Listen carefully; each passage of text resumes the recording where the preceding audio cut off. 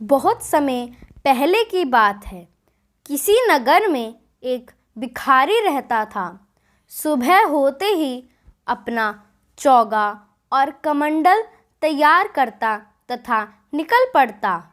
वह हर दरवाजे पर जाकर एक ही आवाज़ लगाता, देने वाला श्री भगवान, हम सब हैं उसकी संतान। भिखारी का नाम था कृपाल। उसे जो कुछ भी मिल जाता वह उसी से संतुष्ट हो जाता। उसका एक मित्र जगन्नाथ भी भीख मांगता था। वह दरवाजे पर जाकर हाँक लगाता, देने वाला है महाराज, यही दिलवाएगा भोजन आज। कृपाल और जगन्नाथ भीख मांगने के लिए राजा के महल में भी जाते थे। राजा प्राय दोनों की आवाज़ सुनता था। वह दोनों को ही भीख देता था, किंतु वह आजमाना चाहता था कि दोनों में से किसकी बात सच है।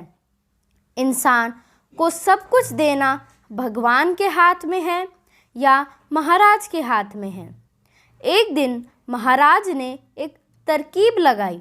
उन्होंने एक बड़ा सा पपीता लिया, उसका एक टुकड़ा काटकर उसके भीतर सोने के सिक्के भर दिए, टुकड़े को ज्यों का त्यों जोड़ दिया। तभी कृपाल भीख मांगने आ पहुंचा। राजा ने उसे दाल चावल दिलवाकर विदा किया।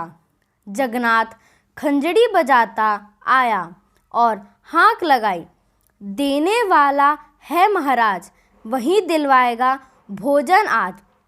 महाराज ने सिक्कों से भरा हुआ वह पपीता उसके हवाले कर दिया। जगन्नाथ ने वह पपीता 2 आने में एक सब्जी वाले की दुकान में बेच दिया। मिले हुए पैसों से उसने भोजन का जुगाड़ कर लिया। भला पपीता उसके किस काम आता। थोड़ी देर बाद कृपाल सब्जी वाले की दुकान के आगे से निकला। उसने मीठी आवाज़ में अपनी बात दोहराई। सब्जी वाले ने वह पपीता उसे दे दिया। कृपाल उसे दुआएं देता हुआ घर लौट आया। घर आकर उसने पपीता काटा तो सिक्के देखकर वह आश्चर्यचकित हो उठा। उसने तुरंत सिक्के उठाए और सब्जी वाले के पास पहुंच गया। उसके सिक्के देखकर कहा, भाई, यह तुम्हारे पपीते में से निकले हैं। इन पैसों से मेरा कोई लेना देना नहीं है। सब्जी वाला भी ईमानदार था। वह बोला, यह पपीता तो मुझे जगन्नाथ बेच गया था। तब तो यह सिक्के भी उसी के हैं।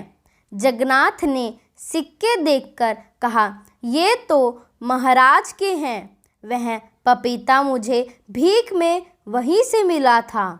महाराज तीनों व्यक्तियों को और सिक्कों को देखकर हैरान हो गए। सारी कहानी सुनकर उन्हें विश्वास हो गया कि इंसान को ईश्वर पर ही विश्वास करना चाहिए, वही सबको देने वाला है। राजा ने तीनों को यथायोग्य उपहार देकर विदा किया।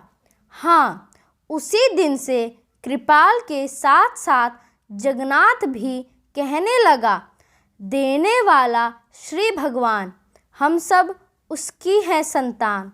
धन्यवाद।